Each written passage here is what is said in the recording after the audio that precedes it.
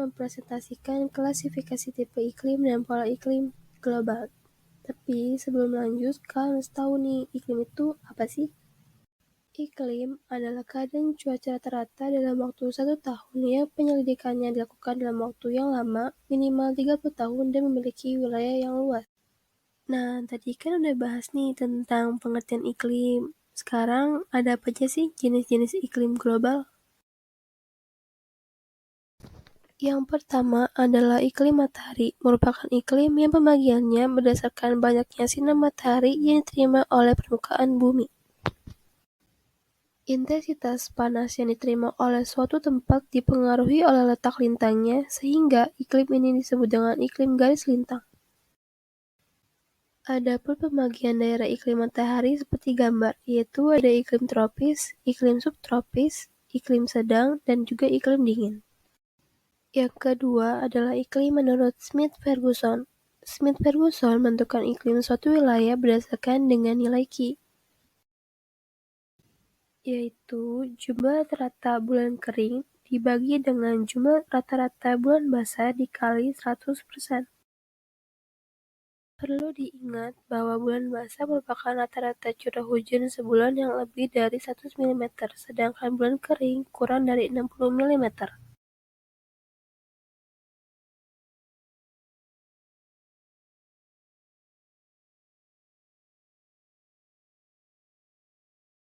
Yang ketiga ada iklim menurut Köppen. Köppen membagikan klasifikasi iklim seluruh dunia berdasarkan dengan suhu dan kelembapan udara. Berdasarkan ketentuan itu, Köppen membagi iklim dalam 5 daerah iklim pokok, yaitu dengan simbol A, B, C, D, dan juga E. Simbol A dikenal dengan iklim tropis, simbol B gurun tropis, simbol C sedang, simbol D salju, dan simbol E kutub. Dari kelima daerah iklim tersebut, sebagai variasinya diperinci lagi menjadi beberapa macam iklim, seperti AF, AS, BS, dan seterusnya. Berdasarkan dengan gambar Köppen, Indonesia berwarna biru dengan simbol AF, berarti Indonesia memiliki iklim panas hujan tropis. Yang keempat, iklim menurut Junghun. Junghun membagikan klasifikasi iklim berdasarkan dengan jenis atau garis ketinggian. Junghun membuat penggolongan iklim untuk keperluan pola pembudidayaan tanaman perkebunan seperti tanaman teh, kopi, dan juga kinam. Junghun membagikan 5 wilayah iklim berdasarkan ketinggian tempat di atas permukaan laut seperti 0 sampai 600 meter itu daerah panas, 600 sampai 1.500 daerah sedang, 1.500 sampai 2.500 daerah sejuk, dan lebih dari 2.500 merupakan daerah dingin.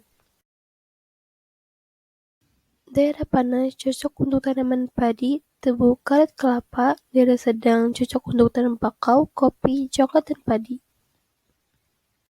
Untuk daerah sejuk cocok untuk tanaman industri, sayuran, kopi, teh, dan kina, sedangkan daerah dingin tidak ada tanaman budidaya. Selanjutnya ada iklim menurut Alderman. Penentuan klasifikasi iklim Alderman menggunakan ketentuan panjang periode bulan basah dan bulan kering berturut-turut. Tipe utama klasifikasi Alderman dibagi menjadi 5 tipe yang didasarkan pada jumlah bulan basah, sedangkan subdivisinya menjadi 4 didasarkan pada jumlah bulan kering. Berdasarkan 5 tipe utama dan 4 subdivisi tersebut, maka tipe iklim dapat dikelompokkan menjadi 17 wilayah agroklimat Alderman mulai dari AI sampai dengan M4. Alderman mengeluarkan penjabaran tiap-tiap tipe agroklimat seperti yang ada di gambar. Selanjutnya adalah iklim menurut kondisi fisik.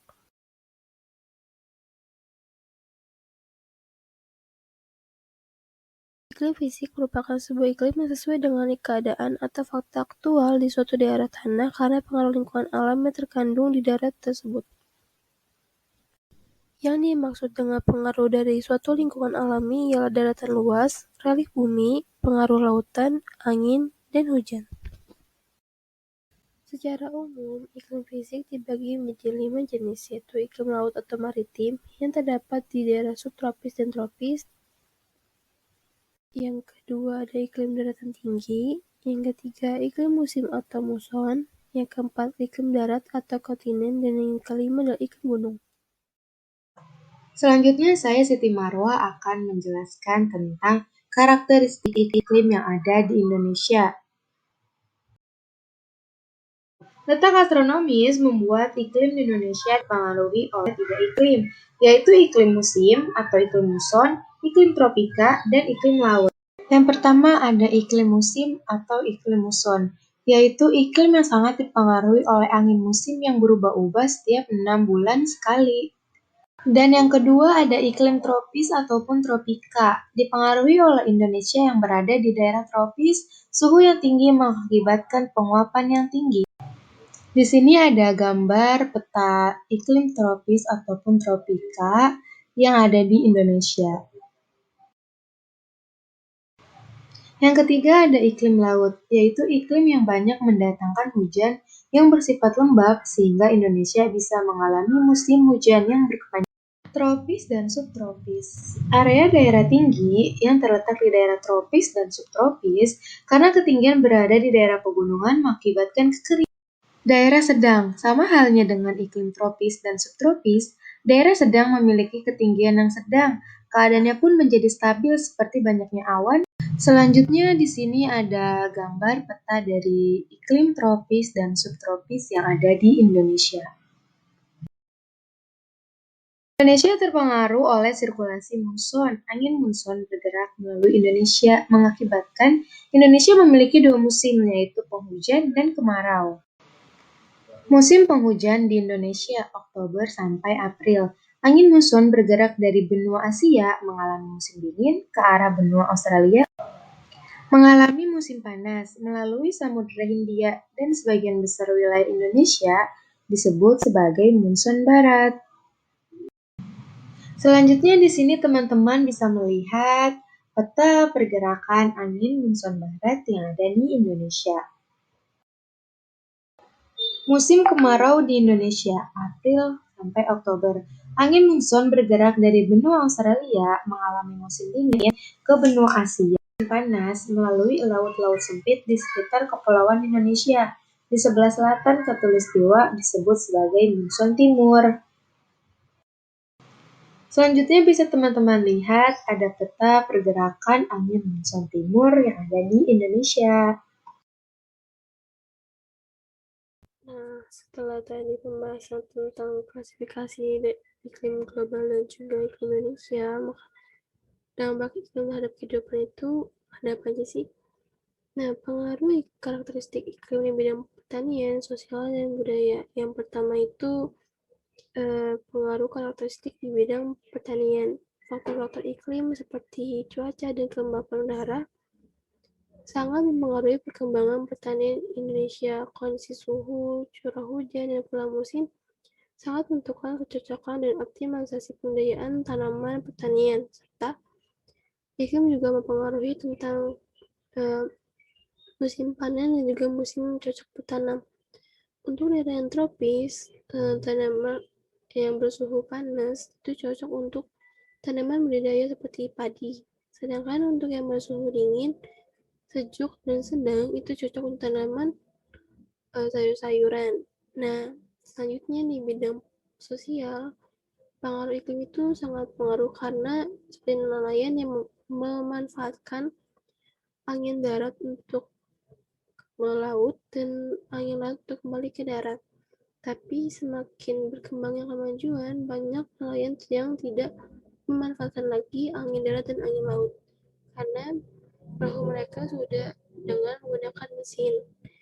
Dan yang ketiga, pengaruh karakteristik iklim terhadap budaya. Contohnya, di daerah pegunungan, mayoritas masyarakatnya itu menggunakan pakaian yang tebal atau dengan jaket. Dan juga karena suhunya dingin, maka ventilasinya dibuat sedikit serta atap rumahnya menggunakan seng. Nah, sedangkan untuk daerah yang panas seperti di dekat pesisir pantai, mayoritas masyarakat itu menggunakan pakaian yang tipis dan juga dengan menggunakan ventilasi yang banyak. Selain pengaruh karakteristik iklim di bidang pertanian, sosial budaya juga pengaruh terhadap pariwisata. Contohnya yang menggunakan transportasi laut dan udara yang terganggu karena keadaan cuaca, karena mempengaruhi keselamatan masyarakat tersebut untuk pergi ke tempat pariwisata tersebut. Dan juga ya misalkan pariwisatanya seperti di laut, karena ombaknya tinggi, pengaruh iklim itu juga dapat mengganggu para wisatawan. Setelah pembahasan tadi, maka ada contoh soalnya, yaitu yang pertama, pembagian iklim berdasarkan garis letak lintang. Yang kedua, sebuah kota memiliki jumlah bulan kering 3 bulan dan jumlah bulan basah 6 bulan. Menurut Smith Ferguson, tipe kota tersebut adalah yang ketiga, menurut Chuhun, wilayah yang terletak pada ketinggian 800 mdpl termasuk wilayah. Contoh soal dan pembahasannya, di mana soal pertama yaitu pembagian iklim berdasar garis lintang disebut jawabannya adalah matahari. Kenapa matahari? Karena iklim matahari adalah iklim yang pembagiannya berdasarkan banyaknya sinar matahari yang diterima oleh permukaan bumi.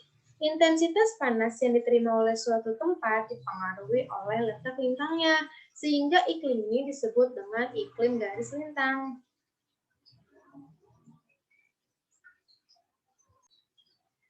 Selanjutnya ada pembahasan yang kedua, yaitu terdapat soal sebuah kota memiliki jumlah bulan kering 3 bulan dan jumlah bulan basah 6 bulan. Menurut Schmidt dan Ferguson, tipe kota tersebut adalah tipe iklim. Nah, dapat kita ketahui, bulan basah atau rata-rata curah hujan sebulannya itu lebih dari 100 mm sama dengan 6. Dan bulan keringnya ataupun rata-rata curah hujan sebulannya itu kurang dari 60 milimeter sama dengan 3. Nah, yang kita tanya itu adalah Q. Untuk menentukan Q, terdapat rumus Q sama dengan jumlah rata-rata bulan kering per jumlah rata-rata bulan basah dikali 100%. Nah, dapat kita jawab bahwa Q sama dengan 3/6 dikali 100% sama dengan 0,5. Nah, jika dilihat dari tabel tipe iklim Schmidt Ferguson, angka Q sama dengan 0,5 terdapat di tabel C, yaitu 0,33 sampai 0,600. Jadi, klasifikasi iklim kota tersebut menurut Schmidt dan Ferguson adalah tipe C, yaitu agak basah. Pembahasan nomor 3. Menurut Chuhun, wilayah yang terletak pada ketinggian 800 mdpl termasuk wilayah iklim. Perlu diingat, iklim Chuhun adalah iklim yang berlandaskan tinggi tempat dan jenis tanaman yang tumbuh baik. Ilmuwan Chuhun membagi 4 tingkat daerah yang berdasarkan tinggi tempat. Seperti yang terlihat pada gambar, itu 0 sampai 600 meter itu termasuk daerah panas dengan suhu 23,3 sampai 22 derajat Celcius yang cocok dengan tanaman padi, tebu, karet, dan kelapa. Sedangkan untuk ketinggian 600 sampai 1500 itu termasuk daerah sedang dengan suhu 22 sampai 17,1 derajat Celcius.